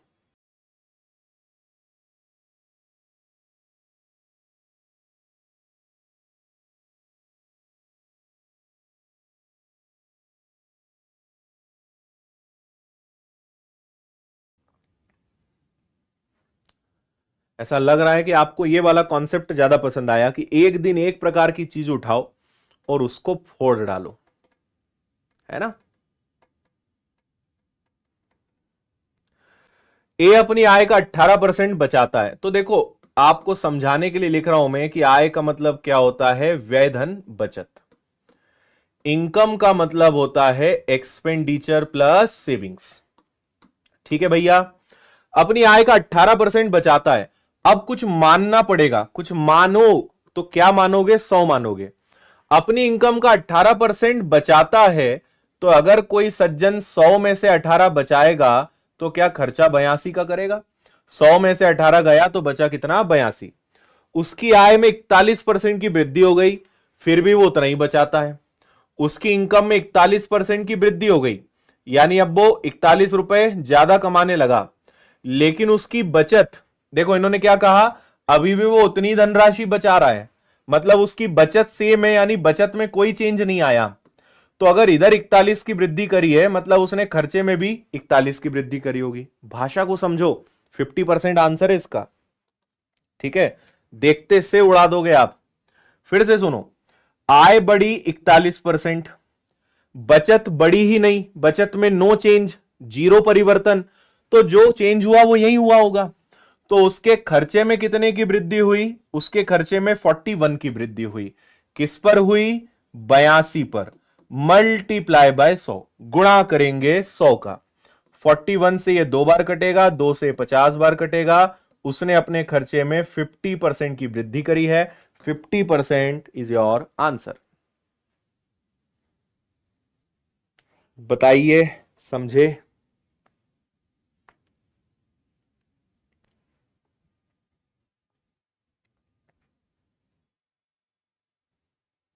हाँ, देखो मैंने आपको पहले भी कहा है कि YouTube ने एक फीचर दिया है, तो वो जो भी प्रोडक्ट और किताबें होती हैं वो खुद ही दिखाता है, हम नहीं दिखाते। तो आप उस पर क्लिक करोगे तो डिसमिस या क्रॉस का ऑप्शन आएगा, तो वो हट जाएगा स्क्रीन से। वो आपको करना पड़ेगा, हमारी तरफ से नहीं हटता वो। तो अगर आपको वो हटाते नहीं बन रहा है तो क्लिक करो, आप खुद हटा पाओगे उसको। आया मजा? बचत में नो चेंज, तो जो चेंज है वो व्यय में ही है। तो अगर इधर 41 की वृद्धि हुई है, मतलब यहां भी 41 की वृद्धि करी होगी। तो 41 की वृद्धि 82 पर, यानी 50% की वृद्धि। चलो भैया, अब टाइप आपका चेंज हुआ है। टाइप नंबर 5 था, अब आया है आपका टाइप नंबर 6। बहुत मस्त टाइप है ये वाला, टाइप नंबर 6। ठीक है, अब एक और नया शब्द आने वाला है आपके लिए, और उसका नाम है खपत, जिसको इंग्लिश में क्या कहते हैं? कंजप्शन, खपत। पढ़िए, एक बहुत ही लड्डू और एकदम फुद्दू सवाल है आपके लिए, पढ़ो। 82 कहां से आया? 100 में से अगर 18 रुपए बचे तो खर्चा करा 82, 100 में से 18 घटा दो, आंसर आ जाएगा आपका।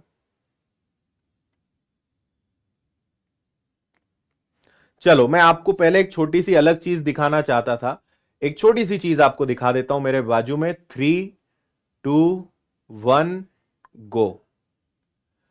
आपको जानकर बड़ी खुशी होगी कि आपका अपना विनर्स इंस्टीट्यूट फिर से अंतर्राष्ट्रीय स्तर पर सम्मानित होने वाला है, और यह दूसरी बार है। पिछले वर्ष आपको याद हो तो दुबई में विनर्स इंस्टीट्यूट को सम्मानित किया गया था, और पूरे मध्य प्रदेश से सिंगल इंस्टीट्यूट है जिसको अंतर्राष्ट्रीय स्तर पर सम्मानित किया जाएगा, और इस बार यह सम्मान सिंगापुर में मिलने वाला है ना। तो ये कल दैनिक भास्कर में आया था, मध्य प्रदेश में आपने देखा होगा, कल परसों अलग अलग जगह। तो इसका पूरा क्रेडिट सिर्फ और सिर्फ सारे विद्यार्थियों को जाता है, जो आपने इतना अटूट प्रेम, अटूट सपोर्ट हमेशा दिया है। और इसी कड़ी में विनर्स ने ये एक बड़ा पायदान हासिल किया है ना। पूरा क्रेडिट इसका सिर्फ और सिर्फ आपको जाता है। तो इसके लिए हम हृदय से आपके शुक्रगुजार हैं और आभार व्यक्त करते हैं आपके इस प्रेम को लेकर। थैंक यू जी, बहुत बहुत धन्यवाद। चलिए और चर्चा करेंगे, सवाल पर वापस आ जाते हैं। पेट्रोल की कीमत में 25% की वृद्धि हो गई। 25% की वृद्धि हो गई यानी 1/4। मैं यहां पर ना एक हमेशा बढ़िया उदाहरण देता हूं।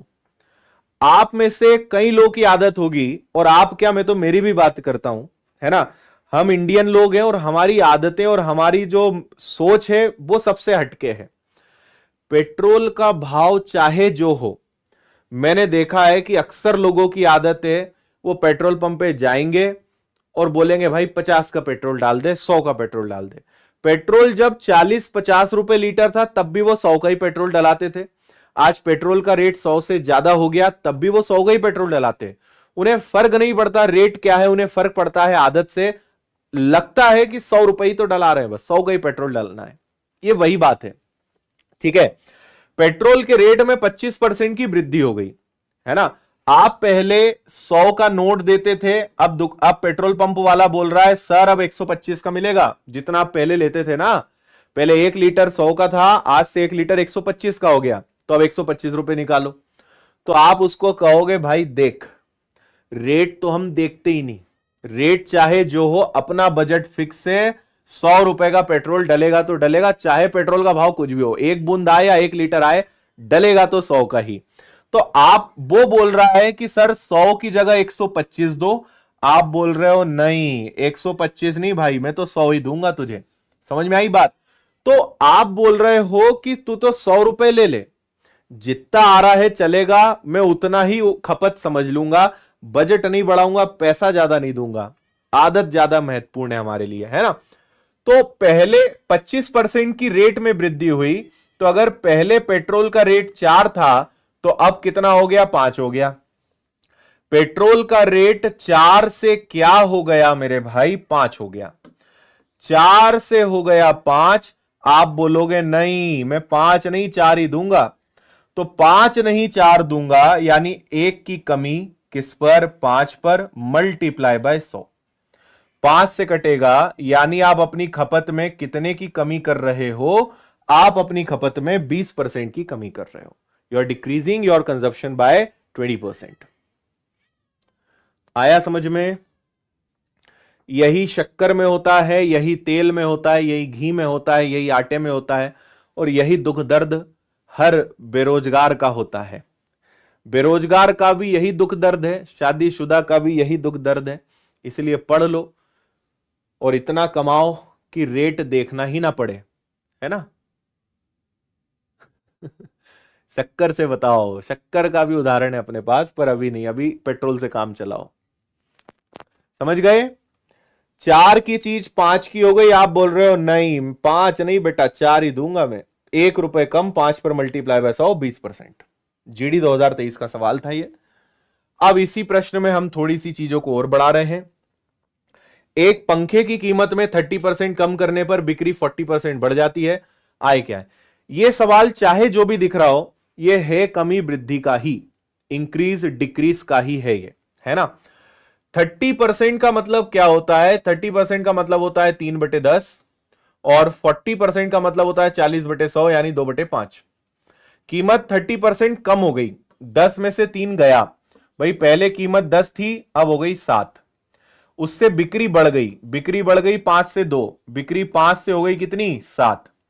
तो पहले आपको 50 रुपए मिलते थे, अब आपको 49 रुपए मिल रहे हैं। 10 में 3 की कमी आ गई, 10 में से 3 गया 7।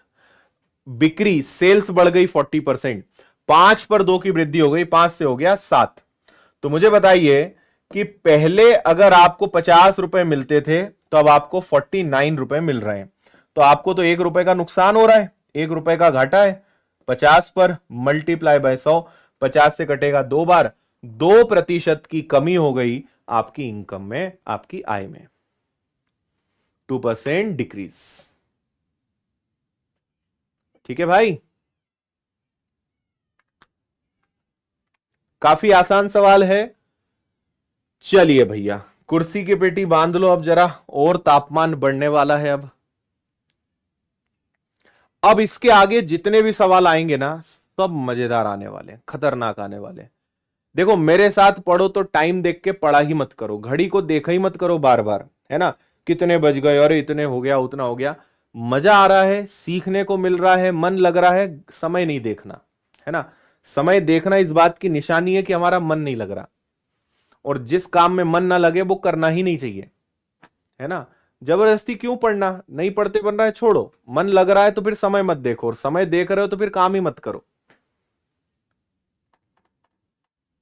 चलो, चावल के मूल्य में 25% की वृद्धि की गई, खपत में कितनी।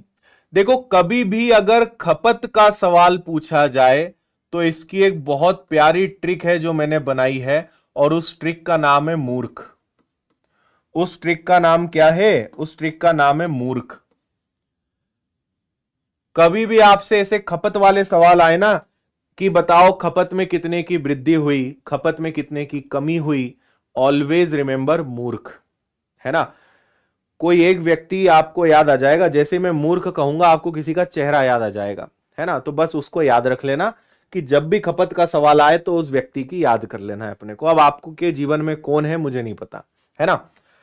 अब हम यहां पे मूर्ख का मतलब क्या है, मूर्ख का मतलब है एक तरफ मूल्य और एक तरफ खर्च, ठीक है।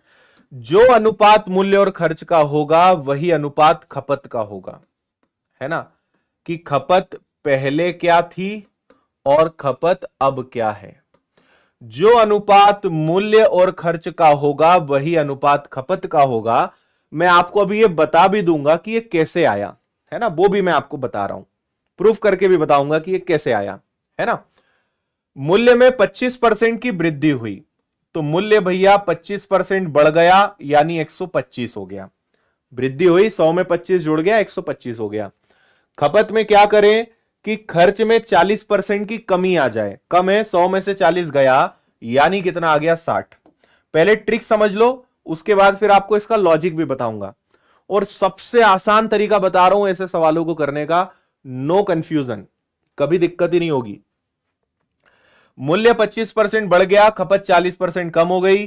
5 से ये कट गया 25 बार, 5 से ये कट गया 12 बार।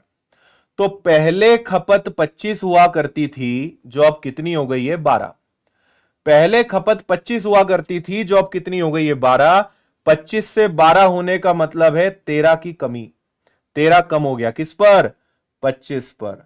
मल्टीप्लाई बाय 100, मतलब भाई 52% की खपत में क्या है, कमी आई। ये सॉल्व हो गया, खत्म। आया आनंद।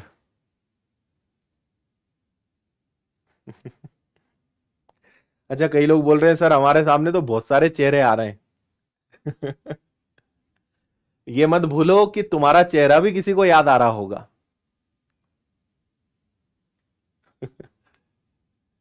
पीडीएफ कैसे मिलेगी मैं बता दूंगा लास्ट में, अभी पढ़ो, जो सामने है उसकी चिंता किया करो। समझ आया। मूल्य में 25% की वृद्धि, खर्च में 60%, 40% की कमी। भाई 25 की वृद्धि यानी 100 प्लस 25, 40 की कमी यानी 100 माइनस 40। और जो अनुपात आता है वो एक्चुअल में खपत का आता है, खपत को इंग्लिश में कंजप्शन बोलते हैं।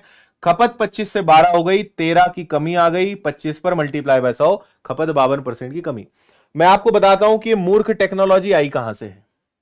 सुनो, आपको पहले तो यह समझना पड़ेगा यहां पे कि जब भी किसी चीज के मूल्य में आप उसकी खपत का गुणा करते हो तो आपको पता चलता है उसका खर्च। किसी भी चीज के प्राइस में जब आप कंजप्शन का मल्टीप्लाई करते हो तो आपको पता चलता है उसका एक्सपेंडिचर। मैं आपको प्रैक्टिकल बताता हूं, याद रखने में थोड़ा सा आसान हो जाएगा।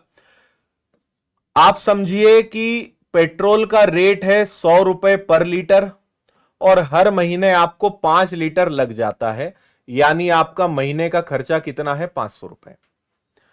मूल्य में खपत का गुणा करोगे हमेशा आपको खर्चा मिलेगा। पेट्रोल का रेट है 100, खपत है 5 लीटर, खर्चा कितने का भैया, 500 का। समझ आया सूत्र कैसे बना। अब आपसे अगर कभी खपत पूछ लें तो खपत का फॉर्मूला क्या बनता है, खपत का फॉर्मूला बनता है खर्च और बटे में मूल्य। ठीक है, खपत का फॉर्मूला क्या होगा, मूल्य नीचे चला जाएगा तो खर्च बटे क्या हो जाएगा, मूल्य हो जाएगा। ये ठीक वही बात हो गई।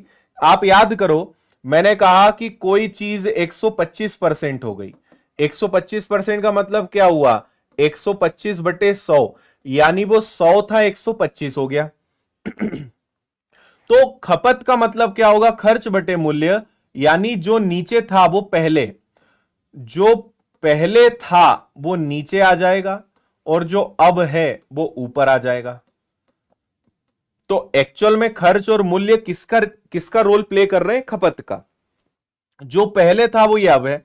तो जो पहले था भाई 25% की वृद्धि, मैंने कहा कि ये 60 हो गया और ये 125 है, यानी पहले ये 125 था जो अब कितना हो गया है, 60 हो गया है। तो इसलिए ये ट्रिक यहां पे बनी। अभी इतना याद रखो। बाकी अगर आपने मैथ्स फाउंडेशन कोर्स में अगर आप हैं तो मैंने इसको डिटेल में भी बताया है, पूरा सॉल्व करके बताया कि ये कैसे बना है ना। फिलहाल आप इतना याद रखें, मूर्ख याद रखें, काफी है। चलिए, टाइप चेंज फिर से हो चुका है आपका, टाइप नंबर 7, और ये एक बहुत गजब का टाइप है। पढ़ें सवाल को बहुत ही प्रेम से।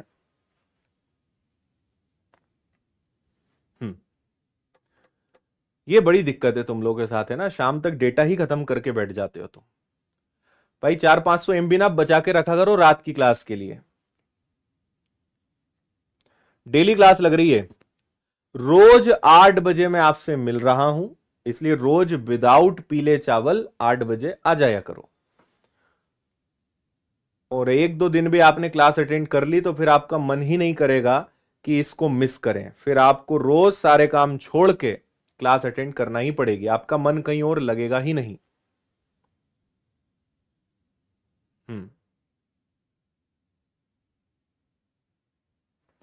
चलो भाई, चावल का मूल्य 25% कम हो गया, एक व्यक्ति ने खर्च में 30 की चावल ज्यादा खरीदा, 54 रुपए। इसकी एक मैं ट्रिक बताता हूं आपको, है ना। इसका मैं आपको डायरेक्ट शॉर्टकट बता रहा हूं, ध्यान से सुनना। खर्च सबसे पहले लिख लिया करो कि बजट कितना है, तो बजट है 5400 का।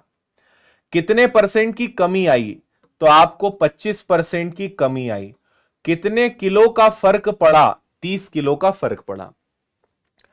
5400 पर 25% की कमी आई, फर्क पड़ा 30 किलो का। 5400 पर 25% की कमी आई, फर्क पड़ा 30 किलो का। इसको सॉल्व करने से डायरेक्ट रेट पता चल जाता है, लेकिन याद रखना वो रेट हमेशा नया वाला पता चलता है।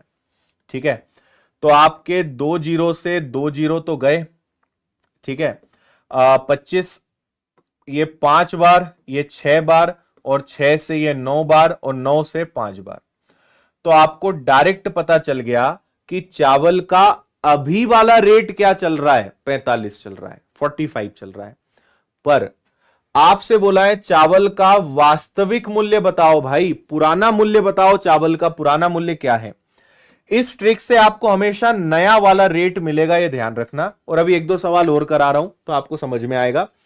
आपसे बोला है पुराना रेट बताओ, पुराना वाला रेट क्या है, तो आपको पता है कि चावल का रेट 25% कम हो चुका है। तो इसका मतलब 25% कम होने का मतलब है 75%। जो आपको दिख रहा है ये 25% कम होने के बाद का है। तो 45 रुपए अगर 75% है तो 100% कितना? तो 15 से कैंसिल हो जाएगा 5 बार, 15 से कैंसिल होगा 3 बार, 5 से कैंसिल होगा 20 बार, और 20 दिया 60। नया रेट क्या है? तो 45। पुराना रेट क्या है? तो 60। आपसे बोला है वास्तविक मूल्य क्या था, पुराना रेट क्या था। आंसर आएगा आपका कितना? 60। 60 इज द आंसर।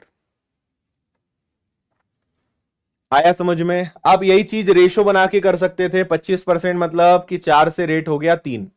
अभी वाला रेट 3 है तो पुराना वाला रेट क्या, इससे भी आंसर आपको 60 ही मिलेगा। ऐसे भी कर सकते हो, एक ही बात है सारी, है ना। एक सवाल मैं आपको और कराता हूं तो आपको ज्यादा अच्छा लगेगा, लेकिन ऐसा सवाल है ही नहीं क्या अब?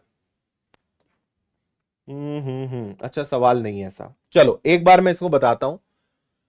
समझ गए? 5400 पर 25% की कमी हुई और फर्क पड़ा 30 किलो का, और इस ट्रिक से हमेशा नया रेट मिलेगा। पुराने के लिए थोड़ी सी आपको मेहनत करनी पड़ेगी।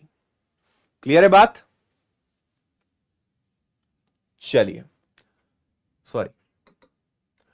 सवाल नंबर 21। अमित का वेतन अमन के वेतन का 75% है। अमित के वेतन में 40% की वृद्धि हुई, अमन के वेतन में 10% की वृद्धि हुई। अमन का नया वेतन, देखो भैया क्या है अमित और अमन का।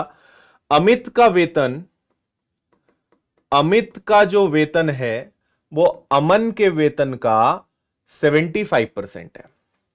अमन का 75% है, तो मान लो कि इसकी इनकम 100 है तो इसकी 75 होगी। यही तो लिखा है ना। अमित का वेतन अमन का 75% है। अमित के वेतन में 40% की वृद्धि हो गई भैया। अमित का वेतन 40% बढ़ गया। 75 का 40% कितना होता है? 30 होता है। तो इसका वेतन 30 बढ़ गया, यानी ये सज्जन अब कितना कमाने लगे? ये 105 कमाने लगे। अमन के वेतन में 10% की वृद्धि हुई, तो 100 का 10% 10 ही होगा, मतलब ये अब कितना कमाने लगे? 110 कमाने लगे। अमन का नया वेतन अमित के वेतन से कितना ज्यादा है? अमन का नया वेतन इससे कितना ज्यादा है? इससे ज्यादा है 5। किससे? अमित से। Multiply by 100। तो 5 से ये कटेगा 21 बार। 21 का 5 गुना तो ज्यादा हो जाएगा। 21 इंटू 4 84। 4 दशमलव कुछ कुछ, और 4 दशमलव कुछ कुछ मतलब ए आपके प्रश्न का आंसर होगा।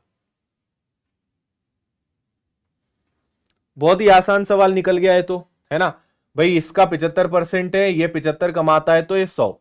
इसकी इनकम 40% बढ़ी, 75 का 40% 30 बढ़ के 105 हो गया। इसकी इनकम 10% बढ़ी, 110। इसकी इनकम इससे कितनी ज्यादा है? 5 ज्यादा। 105 से मल्टीप्लाई बाय 100, 4 दशमलव समथिंग समथिंग। चलिए, फिर से आपका टाइप चेंज हुआ है। यह है हमारा टाइप नंबर 8। पढ़िए सवाल को बड़े ही प्रेम से। ए, बी और सी के वेतन का अनुपात 2 3 4 है। उनके वेतन में 30%, 20%, 10% की वृद्धि हो गई। नया अनुपात क्या है? बहुत ही आसान सवाल है सीपीओ का। ए का वेतन, बी का वेतन, सी का वेतन कितना है? 2, 3 और 4। इसका वेतन 30% बढ़ गया, यानी 130 हो गया। इसका वेतन 20% बढ़ गया, 120 हो गया। 10% बढ़ गया, 110 हो गया। इतना समझ में आया? मैंने तीनों में परसेंटेज नहीं लगाया क्योंकि परसेंटेज तीनों में कॉमन निकल जाएगा, तो परसेंटेज को छोड़ दो। 30%, देखो हम जानते हैं हर चीज 100% होती है। 30% बढ़ गया मतलब 130 हो गया। 20% बढ़ गया मतलब 120 हो गया। 10 बढ़ गया तो ये, बस इसको सॉल्व कर लो। तो 0 0 और 0 तो गया। 13 का दुगना हो गया, सबको 2 से उड़ाते। 2 गया, 2 से कट गया 6 बार, 2 से कट गया 2 बार। तो यहां पे बचा ओनली 13, यहां पे बचा 6 तिया 18, और यहां पे बचा 11 दूनी 22। तो तो 13, 18 और 22 ये उनका नया अनुपात है। सी आपके प्रश्न का आंसर है। सी इज द राइट आंसर। ठीक है।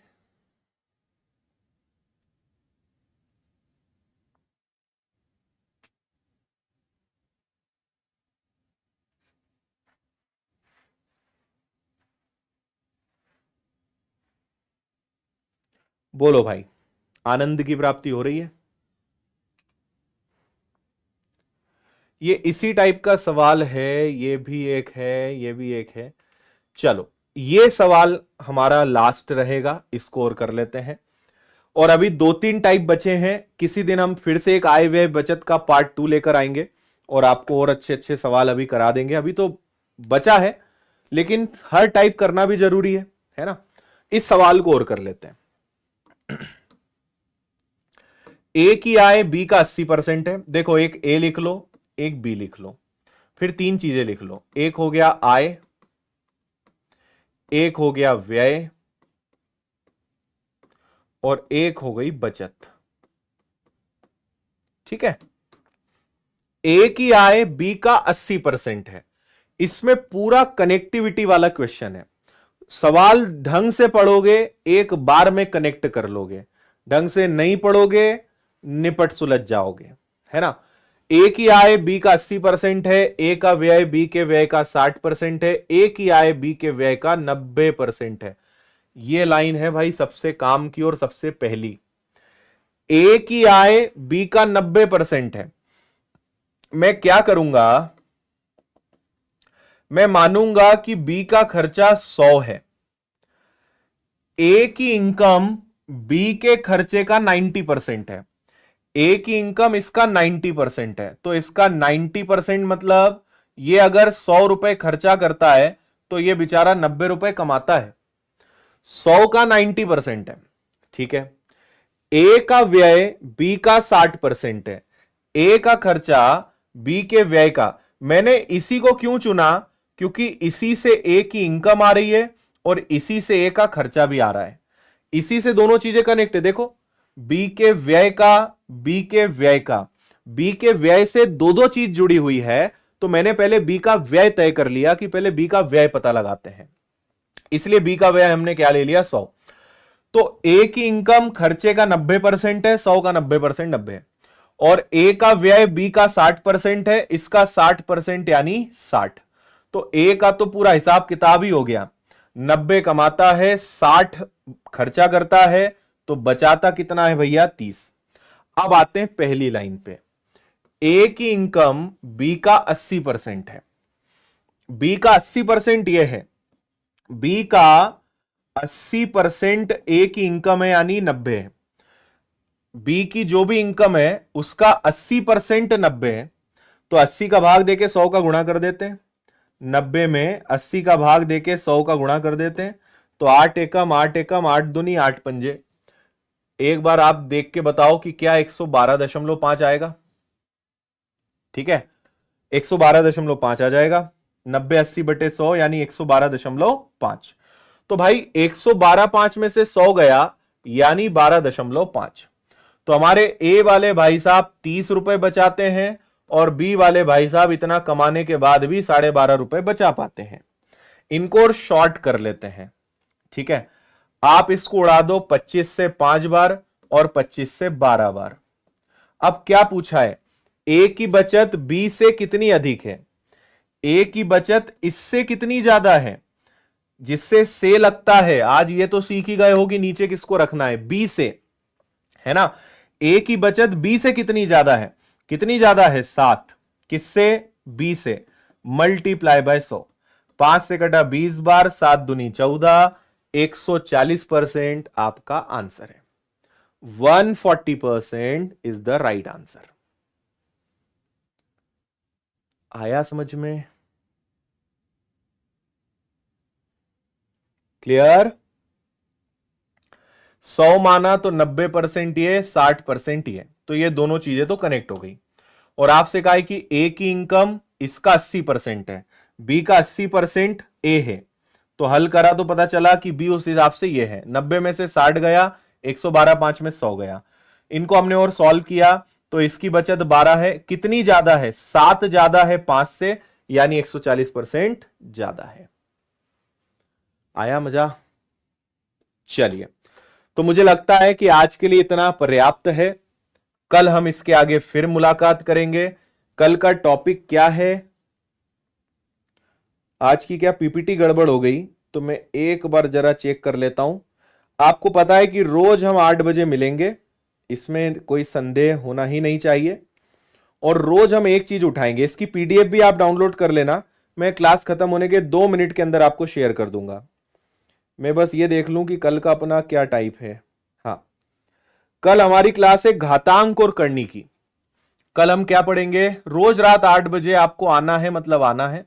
और कल हमारा टारगेट है घातांक और करनी उठाने का, सर्ड्स एंड इंडाइसिस करने का। तो कल 8 बजे हम इसमें मिलेंगे। और टेलीग्राम पे आप जाइए, टेलीग्राम पे सर्च करेंगे आप द विनर्स इंस्टीट्यूट। ठीक है, द विनर्स इंस्टीट्यूट आप लिखिएगा तो लगभग 6,25,000 से ज्यादा विद्यार्थियों का परिवार है। इससे जुड़िएगा, रोज पीडीएफ आपको यहीं मिलेगी। क्लास इसके डिस्क्रिप्शन में लिंक्स हैं, वहां पे आपको मिलेगा, है ना। तो जाते जाते लाइक के बटन को दबाते हुए जाइएगा। सेशन एंड होने के बाद आज का सेशन कैसा लगा जरूर बताइएगा। और कल घातांक करनी में भी अपनी उपस्थिति लगा लेनी है। 8 बजे विदाउट बुलावा आ जाना है आपको। ठीक है, मजा आया? और जो एप्लीकेशन पर पढ़ते हैं, सुबह 9 बजे कल से प्रॉफिट एंड लॉस चालू हो रहा है भाई मैथ्स फाउंडेशन में। मैथ्स फाउंडेशन लाभ हानि कल से शुरू कर रहे हैं एप्लीकेशन पर, तो वहां आ जाना। और कल शाम को एडवांस में बहुपद चालू हो रहा है, तो अपने अपने बैच के हिसाब से नए चैप्टर में, कल एप्लीकेशन पे दोनों समय पे नए नए चैप्टर चालू हो रहे हैं, तो उसमें भी आप आइए, है ना। और अगर आपको कंप्लीट मैथ्स पढ़ना है तो मेरा मैथ्स फाउंडेशन का कोर्स आप ले सकते हैं विनर्स की एप्लीकेशन से। आप मेरी मैथ्स की किताबें ले सकते हैं विनर्स पब्लिकेशंस ऐप से, सभी लिंक्स डिस्क्रिप्शन में है। तो बहुत बहुत धन्यवाद आप सभी का। जय हिंद, शुभ रात्रि, अपना ध्यान रखें, खुश रहें, मस्त रहें, मुस्कुराते रहिए। जय हिंद।